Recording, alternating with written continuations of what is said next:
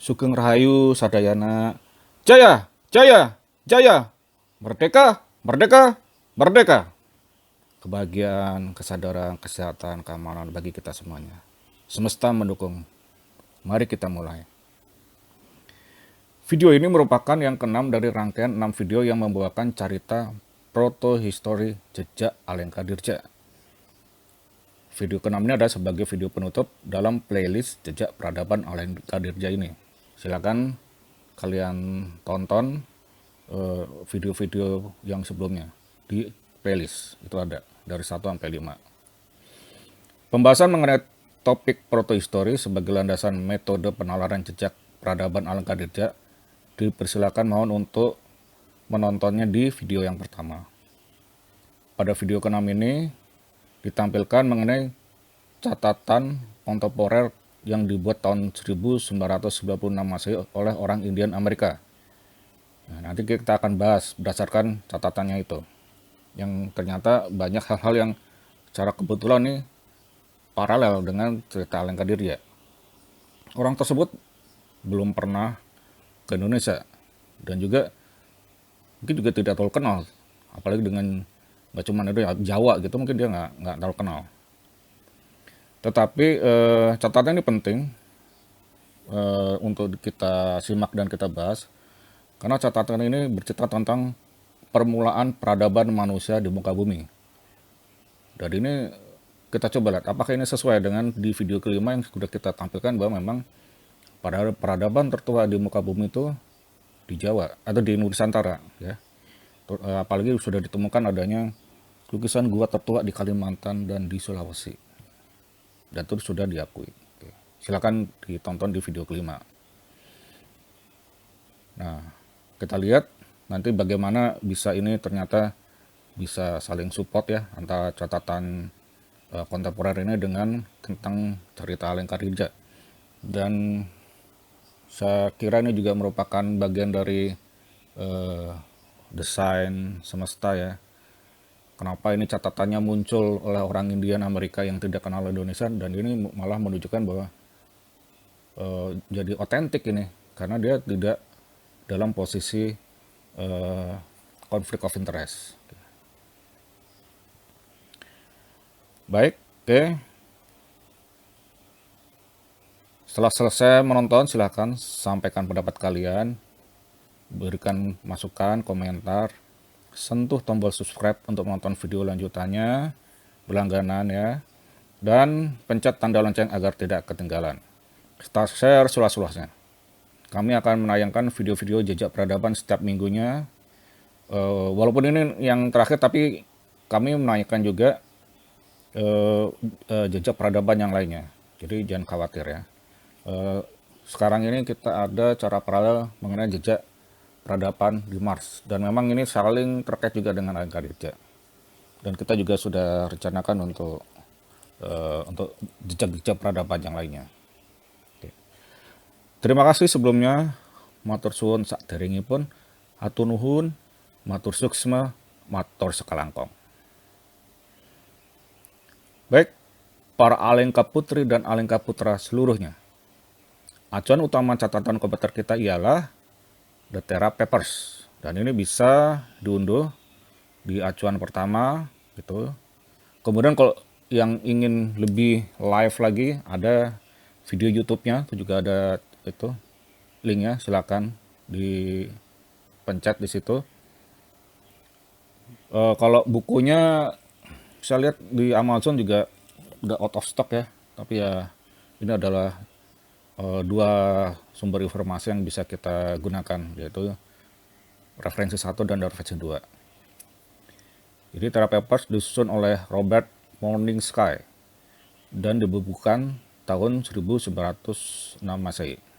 Tapi pasti dia prosesnya jauh sebelumnya. Beliau adalah seorang Indian dengan ibu Apache dan bapaknya Hopi. Oke, cara ringkas, Terra Papers menceritakan proses pembangunan peradaban tertua di bumi dan kerajaan pertama yang melibatkan manusia di bumi. Terra Papers dibuka dengan cerita tentang bagaimana semesta ini terbentuk dengan teorinya yang mengatakan bahwa Big Bang itu nggak cuma satu tapi multi Big Bang. Kemudian terjadi suatu evolusi kehidupan di galaksi Bima Sakti. Ada ya kehidupan-kehidupan ya di dalam Bima Sakti, di dalam gugus-gugus bintangnya itu.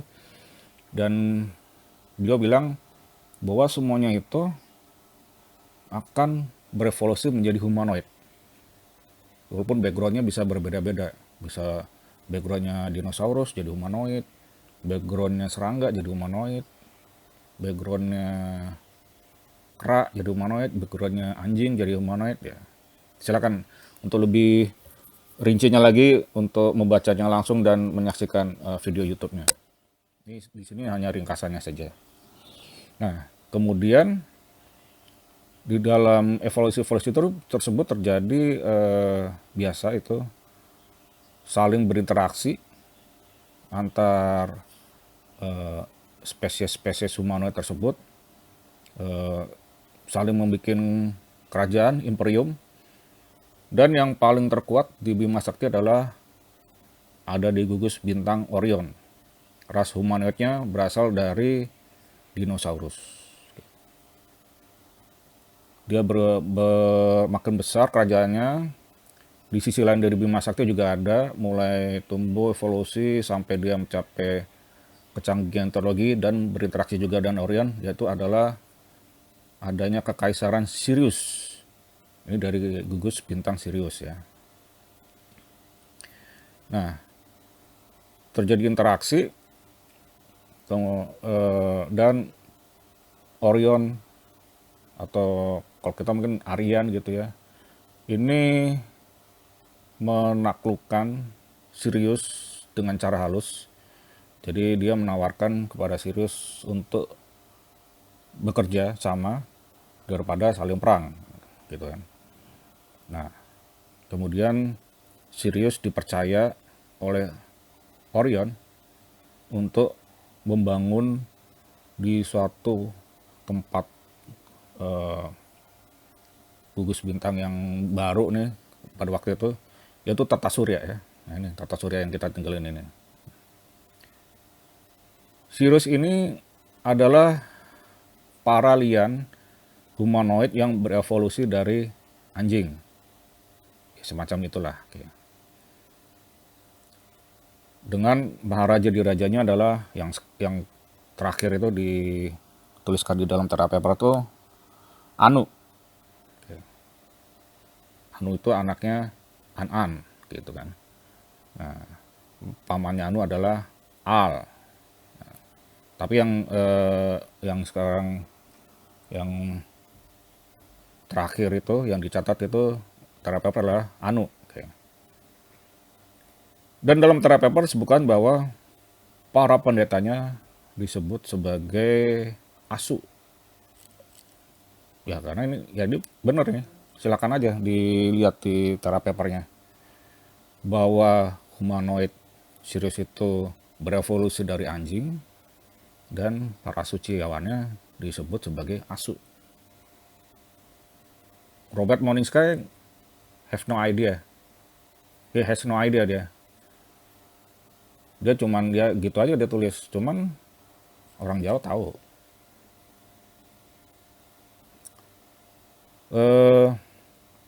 Tata surya dibangun oleh pamannya Anu. Soalnya dia tuh berontak sama Anu.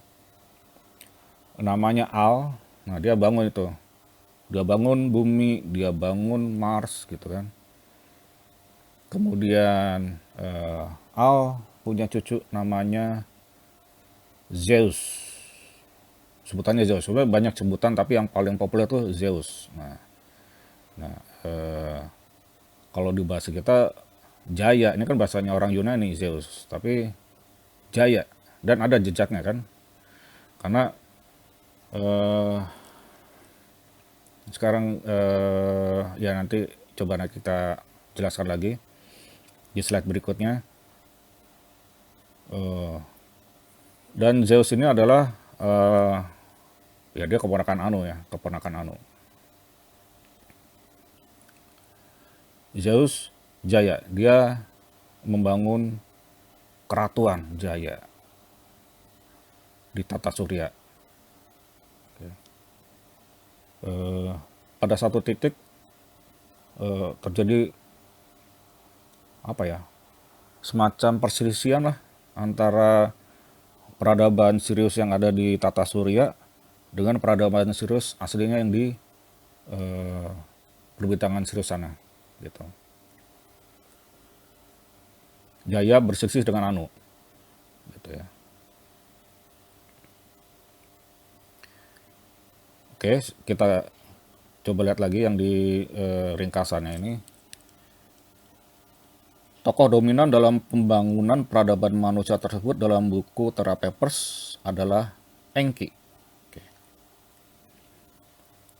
Walaupun Robert belum pernah ke Indonesia dan kenal kosakata Jawa, tetapi secara kebetulan dia menyampaikan kosakata Jawa. Contoh satu, ini ya. As king of the rebel kingdom, he would become known as King Zuzu or Zeus. The capture of the R of Anu. Jadi ini waktu peperangan pertama itu senjata Siriusnya direbut oleh Zeus, yaitu nama senjatanya adalah R. Would earn Zuzu yet another name, Arzu. Okay. Supreme Lord of the R. In honor of his victory, the palace of his grandfather, jadi kakeknya Al itu punya istana di sini. Previously called Alambau, was renamed as Alhambahuzu, okay. Or Al-Ambazu, Olympus, kata Robert. Place of gathering of Al and Zu. Okay. Jadi di sini dibilang the palace of his grandfather, yang sebelumnya dikenal sebagai Al-Ambahu. Nah, sekarang kalau di Jawa kan Mbah, jadi Mbah Al sebenarnya kan gitu. Kemudian untuk menyambungkan dengan masa pemerintahannya dia, keratuannya dia, jadi Al-Ambazu. Ya, dalam bahasa Jawa grandfather adalah Mbah. Jadi ya ini. Nah, sekarang bener nggak nih tempatnya ada di Jawa? Karena bahasanya bahasa Jawa ya, Mbah gitu. Nah, di zamannya Enki, jadi itu ada permintaan Zeus, kemudian permintaan Enki ya. Al-Ambazu ini kemudian dirubah jadi Al-Ambaeng, Lembang. Di Lembang ada tempat bernama Jaya Giri, Gunung Jaya, Zeus. Jadi udah, ya mau dibilang kebetulan gimana nih, banyak kecocokannya gitu. Oke, perlu menjadi perhatian kita bahwa pemerintahan paralian Sirius ini meliputi tata surya. Jadi itulah kenapa dalam channel ini juga disampaikan playlist sejak peradaban Mars, karena saling terkait. Di sana kita bisa lihat sisa-sisa peradaban zaman Zeus yang dihancurkan oleh koalisi Orion dan Sirius, Raja Anu, ya, Sirius yang ada di sana. Jadi terjadi perselisihan tata surya dengan gugus bintang Orion dan gugus bintang Sirius. Peperangan pertama menang, peperangan kedua kalah. Setelah hancur, ya, planet ini, bumi ya, dibangun ulang oleh keratuan Surya atau Sirius dengan cabang kekuasaan atau kementerian interplanet dipegang Enlil dan kementerian bumi dipegang Enki. Jadi tata surya sudah di bawah kekuasaannya King Anu, ya, Raja Anu. Nah, dia mengutus Enlil dan Enki yang dua-duanya adalah putranya. di mana yang sebagai putra mahkota adalah Enlil. Enlil dipercaya untuk eh, memegang kementerian antar planetnya, kemudian di buminya pegang oleh Enki. Kenapa Enki? Karena Enki adalah dia seorang saintis yang punya kemampuan terraforming planet. Jadi dari planet yang mungkin dibilangnya tidak dalam tanda kutip berkehidupan, dia bisa rubah itu transformasi menjadi planet yang berkehidupan kemudian berperadaban. Ya itulah memang teknologi tinggi dari orang-orang serius ya. Sebelumnya itu dipegang oleh Al, kakeknya Zeus, tetapi berselisih dengan King Anu. King Anu mengambil alih tata surya, kemudian mengutus Enki. Dan Enki memang saintis untuk melakukan terraforming bumi yang sudah hancur akibat perang. Oh, kita juga ingat ya, jadi mungkin kalau di wayang purwa ada bumi, kemudian ada planet-planet lain di tata surya itu, dan ada peradaban juga, dan itu satu pemerintahan dulunya dan saling berinteraksi ya. Itu sebelum zamannya Enki itu di Wayangpura masih terdeteksi dengan nama negeri atas angin. Negeri atas angin, dan itu dibilang bahwa Durna itu berasal dari negeri atas angin. Ya kalau di atas angin kan angkasa ya, di atas atmosfer adalah angkasa, planet gitu kan. Jadi masih ada lah ini maksudnya bahwa Terra Paper menyampaikan kosakata yang berbahasa Jawa dan bisa diartikan dalam Jawa. Dan di Jawa juga bercerita masih ada jejaknya, itu negeri atas angin yang mencerita tentang ada peradaban di luar planet bumi. Ya silakan dicari itu nanti ya, bahwa Durna itu berasal dari negeri atas angin. Oke, nah ini tokoh utama dalam peradaban bumi. Gini ada gambarnya, tokoh-tokohnya. Ini orang-orang serius ya. Ini rata-rata memiliki tanduk ini. Ya. Tokoh ini helmetnya gitu, entah ini fungsinya apa. Kelihatannya berfungsi juga untuk ada fungsinya itu mungkin komunikasi dan segala macam lah. Itu ada King Anu paling kiri ya. Kemudian di sebelah kanannya itu tiga-tiganya adalah putra-putrinya. Enlil itu adalah adiknya Enki, tapi dia sebagai putra mahkota karena beda ibu. Kemudian ada saudara perempuannya itu Ninhursag, tulisannya begitu. Tapi bacanya gimana? Kalau sih saya bacanya Neng. Jadi ya Neng kan emang gadis, panggilan untuk gadis di terutama Jawa Barat ya, Neng. Masih ada jejaknya kan. Dan Hursah, nggak tahu ya belakangnya jadinya gimana tuh nanti. Tapi yang jelas Neng. Neng ini udah ucapan yang masih membekas gitu loh.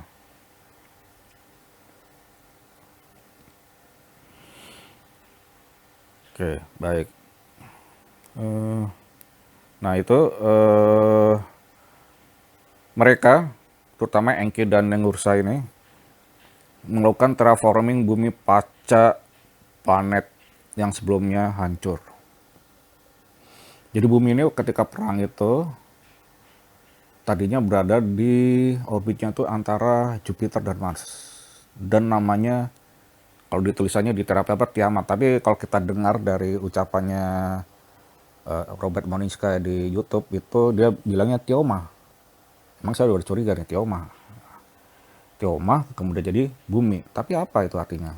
Omah, imah, rumah kita bersama gitu loh. Dan ini jelas jeplak di Jawa nih.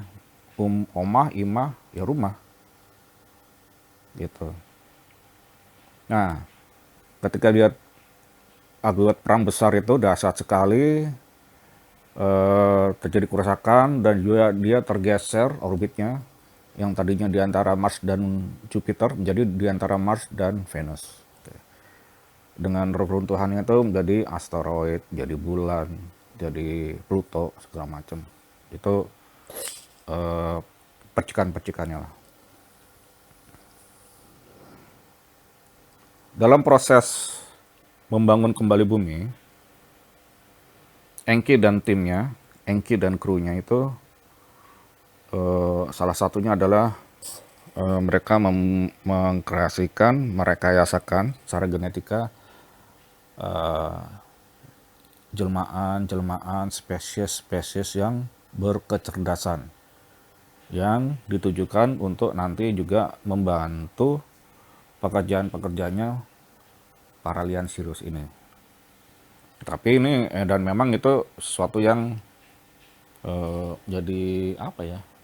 Ya itu sudah menjadi rencana dan tujuan mereka untuk membuat suatu sistem yang bisa membantu mereka. Cuman memang tantangannya adalah ya kalau bagaimana membuat spesies yang bisa survive di bumi, yang mana bumi itu sekitar 80%-an ya, itu kan nitrogen. Nah, nitrogen itu sebenarnya udah beracun itu. Hanya sisanya lah itu oksigen. Sebuah kreasi yang sangat rumit dan mereka merekayaskan beberapa purwarupa atau prototipe spesies humanoid yang nantinya bisa bisa diperintah oleh mereka dan bisa mengerjakan sesuatu menjadi bagian dari manajerialnya Sirius ya.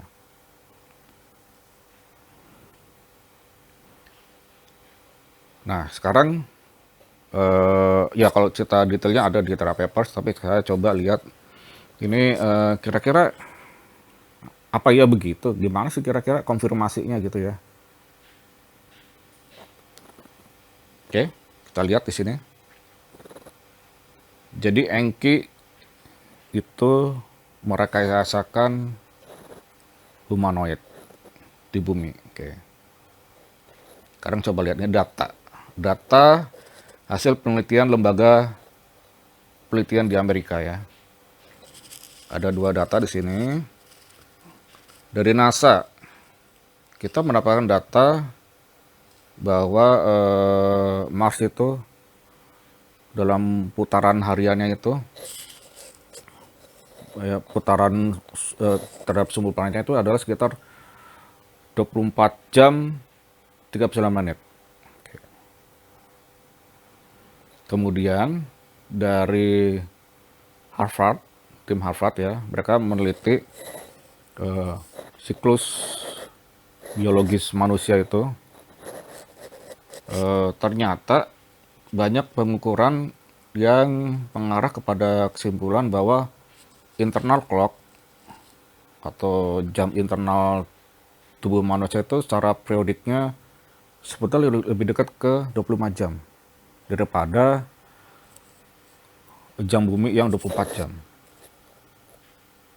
Kenapa begitu? Kenapa ritme tubuh manusia lebih mengarah kepada 25 jam atau kok nggak pas plek dengan jam bumi yang 24 jam itu?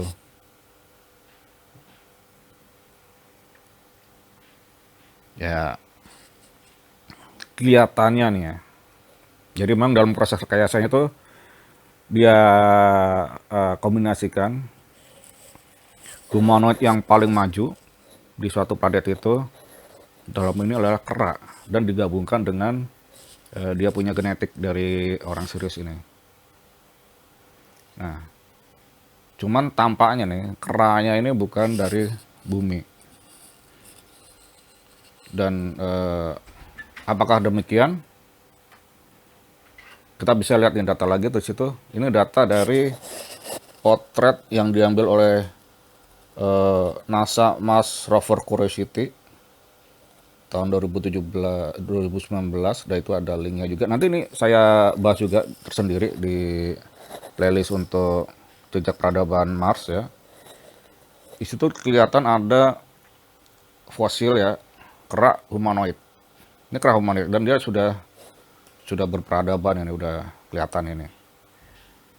Itu ada kepalanya, silakan di zoom ya, atau langsung ketik itu kalau mau.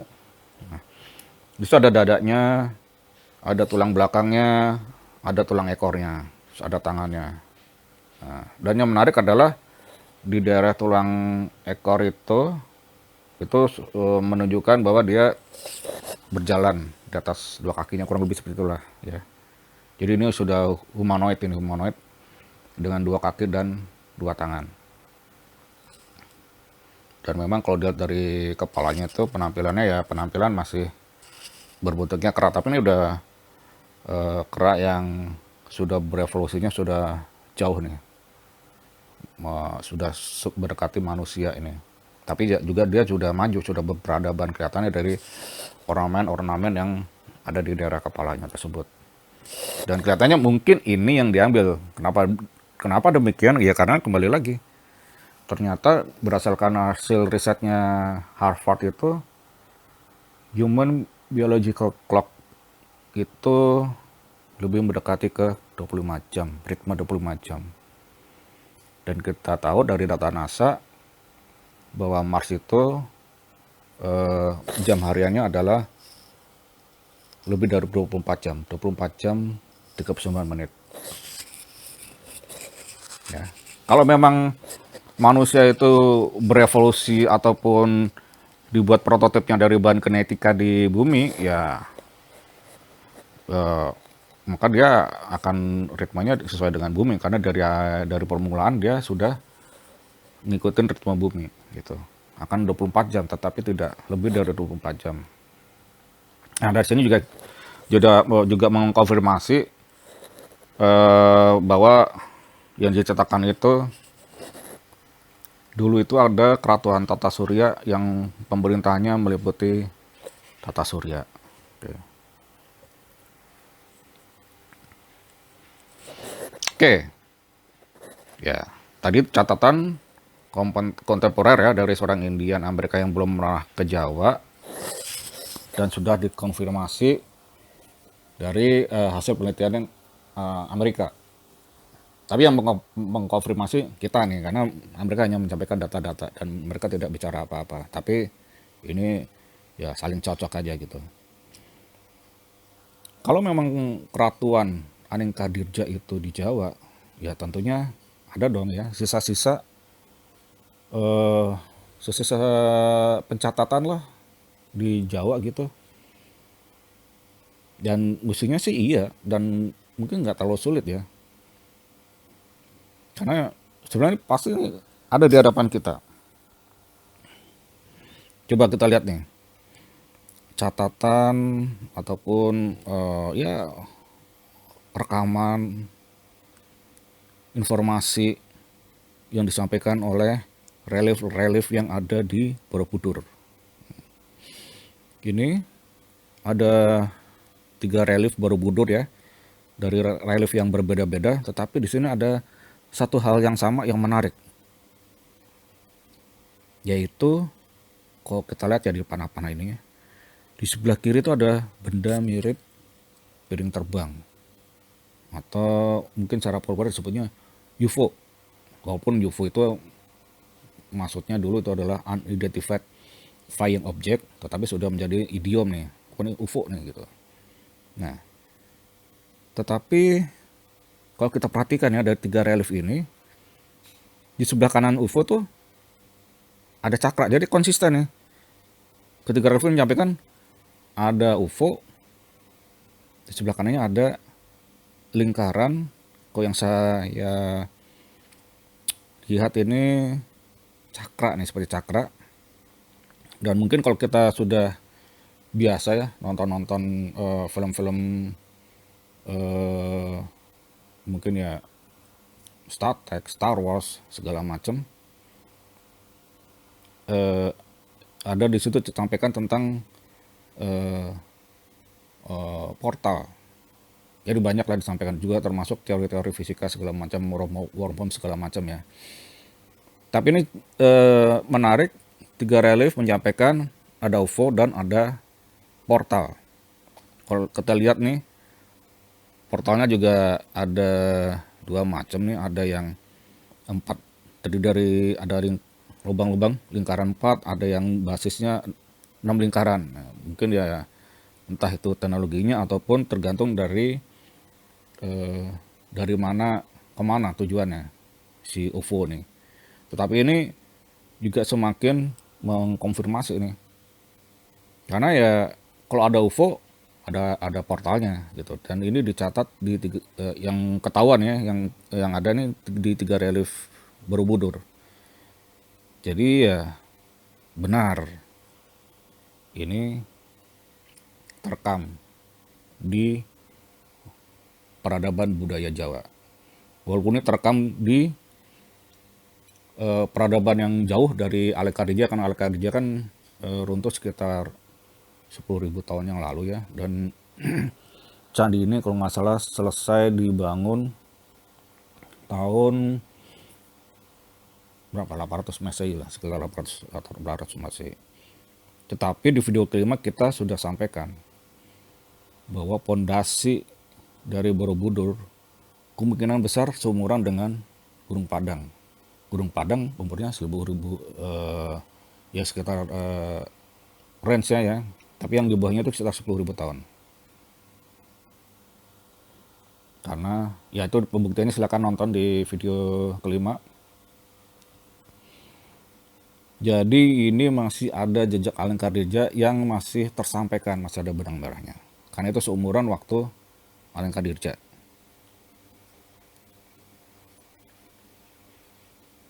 Oke, ada UFO, ada portal. Portal kan fungsinya kurang lebih seperti ya teleportasi kan. Jadi UFO ini masuk ke portal, kemudian nanti dia munculnya di portal mana lagi gitu. Coba kita lihat ini. Ini adalah candi-candi yang di Mars dan di Kamboja. Kamboja termasuk bagian Nusantara. Dan kebetulan juga di puncak masa Sriwijaya itu, ketika rajanya ada di Jawa, membangun Borobudur, dan kemudian juga kekuasaannya mencapai Kamboja. Ini masih satu rangkaian peradaban Alekarija yang meliputi tata surya. Dan juga diingat, salah satu raja yang terkenal di Kamboja adalah Raja Suryawarman. Suryawarman. Kemudian di Kamboja juga ada candi namanya Angkor Wat, Watu Angkor. Engkira. Oke. Kita coba bandingkan ya. Ini karena di Borobudur sudah disampaikan ada portal teleportasi, mestinya kira-kira ya ada kesebangunan nih di satu tempat dengan tempat lain yang menjadi tempat portal-portal tersebut. Kalau kita dilihat yang di Mars ini dari Sol 1302 ya, itu bisa dicari, itu terlihat ya bentuknya ini model tipikal candi wajah. Di Kamboja juga ada, di Bayon Temple itu, di Angkor Thom, itu juga tipikalnya bentuk wajah besar, dan kita bisa lihat skalanya secara proporsional. Yang di sebelah kanan itu dengan itu yang baju oranye itu para biksu, yang di sebelah kiri dengan yang lingkaran merah. Kelihatan apa yang di dalam lingkaran merah? Ya walaupun samar-samar tapi kita bisa menduga. Dan ini ya kalau kita lihat memang ini proporsional dan serupa, geometrinya sebangun. Dan apa yang disampaikan di lingkaran merah yang di Mars itu, kita tahu itu bisa jadi gini ya, bisa jadi Ya, ada suatu teknologi teleportasi yang menghubungkan keduanya gitu. Jadi apa yang disampaikan Borobudur dengan pembuktian dua gambar ini ya masih sejalan lah ya. Ada UFO, ada portal, kemudian ada bangunan-bangunan candi yang mirip di antara dua planet. Kita balik ke Borobudur. Di Borobudur juga diinformasikan, itu ada di reliefnya itu di pojok kanan bawah, tentang simbol 7 bintang atau yang bercerita tentang gugus bintang Pleiades, Paradise, Firdaus, Paradesa. Simbol ini sama dengan yang diinformasikan di kuil kuno Sumeria, itu ada perbandingannya di situ. Oke. Dan lucunya nih ya, penamaan Pleiades ini kalau di Jepang disebutnya adalah Subaru. Ya menarik kan ya. Subaru, Suboru, Boro, Borobudur. Sama nih. Jadi emang Borobudur ini dulu sepertinya di zaman Alengkadija dia menjadi tempat apa ya, sentra paralian Pleiades gitu loh. Tapi sebenarnya siapa nih orang-orang lian Pleiades ini? Ya kalau di Terapers sebutkan bahwa ini kelompoknya Enki ini. Enki ya. Kembali ke Enki. Enki dan pengikutnya itu membangun koloni juga di Pleiades. Nah, bahkan ketika Marduk, jadi putranya Enki itu mengambil alih keratuan Alengka, Enki dan pengikutnya mengungsi ke Pleiades. Ya, jadi emang banyak informasi dari Borobudur yang ternyata itu dia bercerita banyak, nggak cuma tentang kerajaan Mataram Kawi pada saat itu, tapi dia menceritakan sebenarnya ada kode-kode bahwa kita ini dulu itu punya pemerintahan tata surya lintas planet gitu, dan kita dulu memiliki kakek moyang yang memang berperadaban tinggi. Enki itu adalah kakek moyang kita, karena ketika dia mengkreasikan rekayasa genetik untuk membuat genetika manusia, ya gennya dia tuh ditaruh di situ. Ya Enki dan kawan-kawannya ya, ditaruh di situ. Jadi kita mewarisi astronot. Karena memang kita adalah seorang astronot. Oke. Oke. Jadi silakan dilihat di video kelima kalau mau, tentang bahwa ternyata Borobudur itu seumuran dengan Gunung Padang dan itu sejaman dengan Alengkadirja. Oke.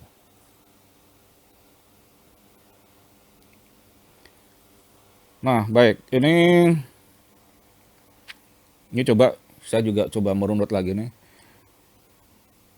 Kalau memang Alengkadirja itu memang suatu kerajaan besar, tentunya ada sesuatu hal yang pastilah terwariskan, entah itu di bawah benak sadar kita ke yang kemudian muncul ke permukaan, atau memang itu sudah ada record-recordnya yang digunakan oleh nenek moyang kita, ya nenek moyang kita. Nah ini ada di bukunya nih, saya kasih stabilo ya, karena ini menarik sekali nih. Jadi ini di halaman-halaman ini dikisahkan tentang ketika Marduk atau putranya Enki itu mengambil alih keratuan Alengka yang untuk yang kedua kalinya. Yang sebelumnya, yang pertama sudah, kemudian kalah, kemudian dia diasingkan, dia membangun aliansi, kemudian dia mengambil alih lagi. Nah, di sini dikatakan ya. Jadi ketika Marduk akhirnya menguasai lagi keratuan ini, Marduk menjadi apa ya, menguasai tata surya juga, dan dia dikenal sebagai Sun God Ra.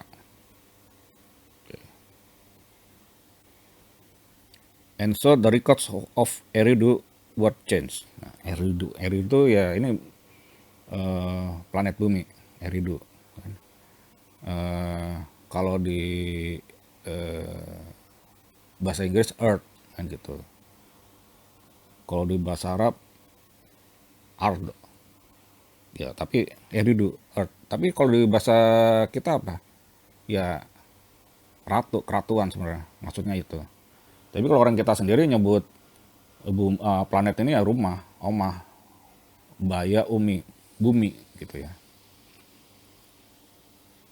Tapi dengan pemerintahan keratuan waktu itu. Kemudian the rulership of Ra Marduk was total and retractive. Jadi memang di sini sudah clear ya, di sini clue-nya. Marduk itu adalah Ra. Ra itu ya sebutan ataupun apa ya? Yaitu menunjukkan suatu klaim yang di Sirius sana. Kemudian karena pemberitaannya meliputi tata surya, maka disebut sebagai Sun God Ra. Ya. Ra. Makanya kita juga di sini kenal dengan Nusantara. Ra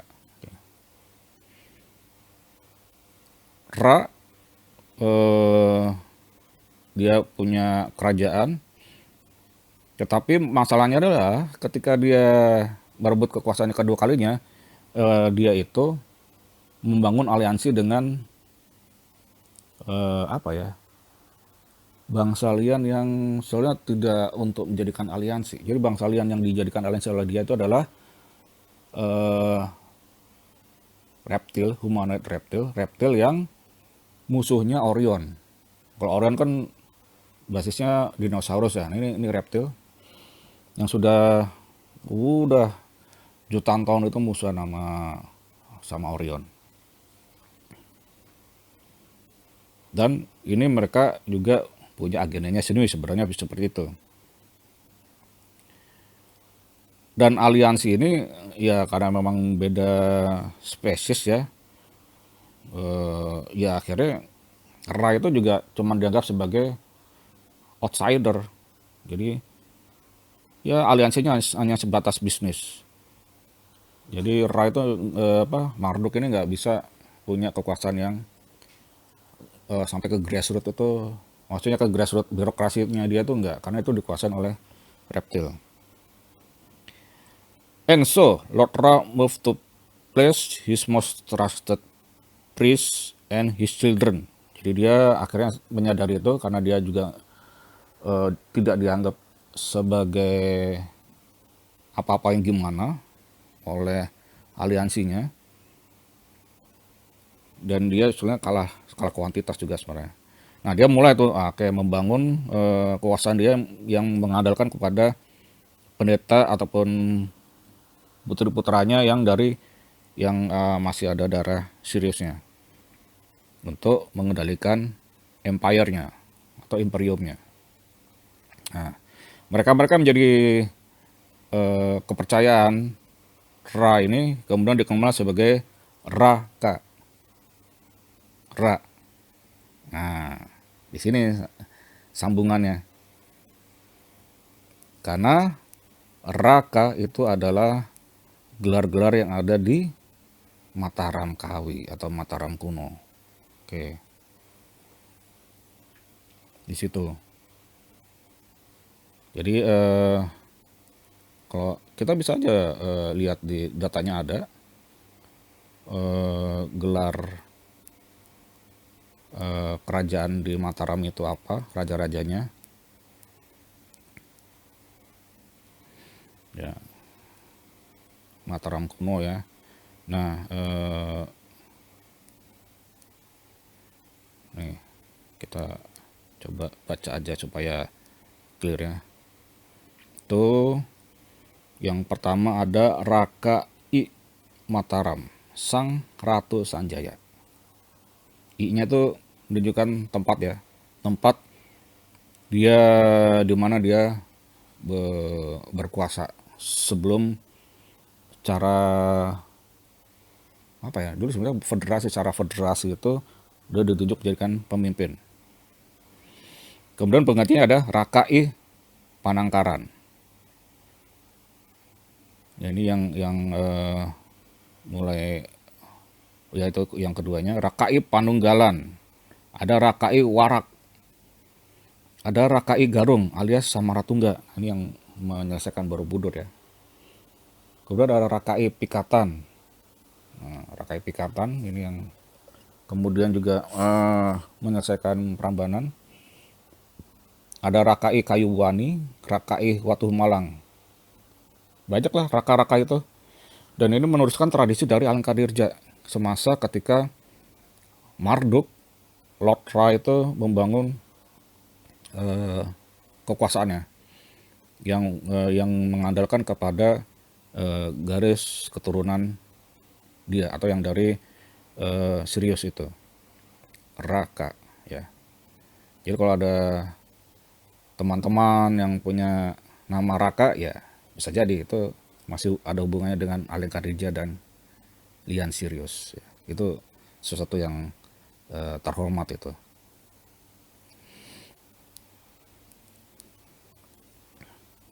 Oke. Itu tadi cerita catatan kontemporer tentang Alengkadirja atau Keraton Alengka, sebuah keraton Tatasura yang didirikan oleh Engki ya.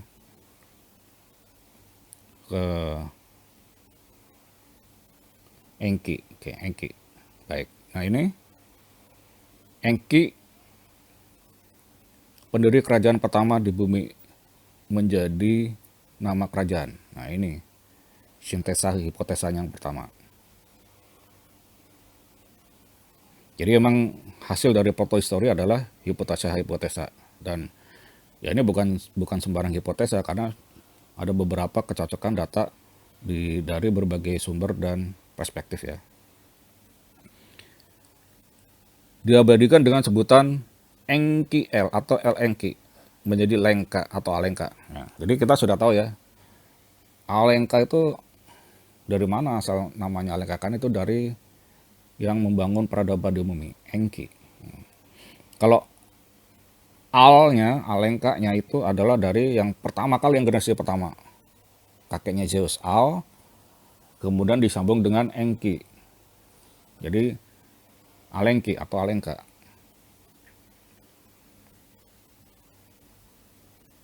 Alengki beranalogi dengan Alengka menjadi basis integrasi cerita yang saling melengkapi antara Engki dengan, kalau di Alengkadirja adalah ada seorang master sains namanya Wisrawa. Kemudian Engki punya putra namanya Marduk, Wisrawa punya putra namanya Rawana. Karakternya tuh mirip-mirip. Ini jadi kita udah nyambungnya dapatnya di Engki nih. Engki Alengka ini udah nyambung. Engki dan Alengka. Terapaper dengan Wayang Purwa. Kemudian coba kita runut ke tokoh-tokohnya. Ya, dengan karakternya itu. Ada Engki dan Wisrawa dan Marduk dengan Rawana. Jadi coba kita renungkan gitu ya. Kita coba renungkan dengan tenang gitu. Ya, Marduk itu adalah raja terakhir Alengkadirja sebelum dia runtuh dan berganti cara manajerialnya. Nah, jadi kalau kita teriak merdeka, itu spiritnya dari bahwa kita mau kembali ke kejayaan zaman dulu, ke zamannya Marduk. Jadi sebuah penyampaian yang membawakan warisan semangat peradaban pertama di bumi. Nggak cuma di bumi, tapi juga melingkupi tata surya. Dan kita tahu sekarang juga Amerika dengan Elon Musk-nya sudah berencana untuk membangun peradaban di Mars lagi. Ya. Kemudian kita juga mesti menyadari bahwa warisan utama mereka itu ada di sini, di bumi Nusantara. Ini penting karena siapa lagi yang mewarisi kalau bukan kita, dan kita juga nggak bisa berkelit karena gennya itu ada di kita gitu ya. Kita apresiasi warisan ini yang terekam di dalam gen kita dan kita gunakan dengan sebaik-baiknya. Demikian para alengka putri dan alengka putra sekalian yang saya muliakan dan hormati. Jadi babat alengka Dirja dengan pendekatan protohistori ini untuk bisa masuk ke sini kuncinya kita keluar dari kotak catatan yang sudah ada yang konvensional. Ya, tapi bukan asal keluar kotak ya, tapi dengan proses penelusuran, the translation, the transkripsi, the transliterasi yang sudah disampaikan di video pertama. Lacak peradaban Keraton Alengka dilakukan telain tabukan untuk menemukan akar jati diri bangsa yang melandasi perilaku kolektif keseharian kita. Gitu. Untuk selanjutnya dan seterusnya. Dan yang penting sekali kita ingat adalah kita mewarisi kejatuhan peradaban Alengka Dirja di masa Marduk. Ya. Yang kemudian setelah itu dikuasai oleh itu musuh manusia, siluman, reptil. Gen kita adalah gen Sirius. Ya. Kita dari gen bukan dari reptil dan mereka masih menguasai berkuasa sampai sekarang. Bisa dibaca lebih lanjut di buku Tara Papers bagaimananya tentang hal tersebut ya. Itu penting untuk mengingat bahwa kita mewarisi keruntuhan yang itu ada trauma-trauma di situ ya. Ada trauma yang perlu kita sembuhkan, kita perlu perbaiki segala macam. Protohistori Alengka Dirja ini ya berawal dari penelusuran carita wayang purwa di Jawa Barat ya di video pertama itu. Kemudian tuh ada kecocokan dengan catatan tua yang dibuat oleh Walmiki, kemudian bisa ditelusuri geografinya di sini ya di Nusantara. Kemudian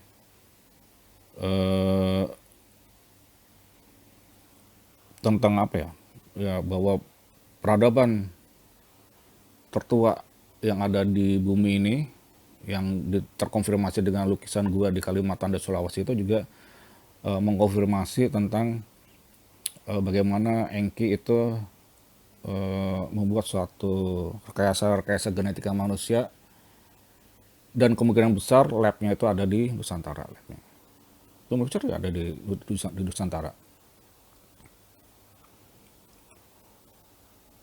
Dan jejak genetikanya juga sudah disampaikan di video kelima. Oke. Nah, di sini sampaikan bahwa dari berbagai ragam sumber dan perspektif ternyata ada satu titik temu, nggak cuma satu, ada beberapa titik temu yang saling cocok. Dan ini bisa mensintesakan ya kita mewarisi Keraton Alengka. Jadi dan ini tidak benar-benar terputus, masih ada benang merahnya dan yang bisa kita telusuri. Mudah-mudahan dengan menemukan kebesaran nenek moyang kita ini, kita dapat membuat untuk beraksi membangun kebesaran tersebut dengan lebih baik dan mulia. Terima kasih semuanya ya. Ya, untuk sekian untuk tayangan video ke-6 ini sebagai penutup 5 video sebelumnya. Tapi jangan khawatir, masih ada seri-seri lain acak peradaban yang akan ditayangkan. Mohon dukungannya untuk channel ini dengan menekan tombol subscribe untuk berlangganan, ada di bawah kanan video itu ya. Kemudian menekan tombol like di bawah kiri video, tanda jempol. Menekan ikon lonceng untuk notifikasi jika ada tayangan-tayangan baru. Dan sampaikan komentar para alengka putra dan alengka putra sekalian yang saya muliakan dan hormati. Share seluas-luasnya demi keberuntungan video ini secara luas. Rahayu, Rahayu, Rahayu Sagung Dumadi, Jaya dan Merdeka.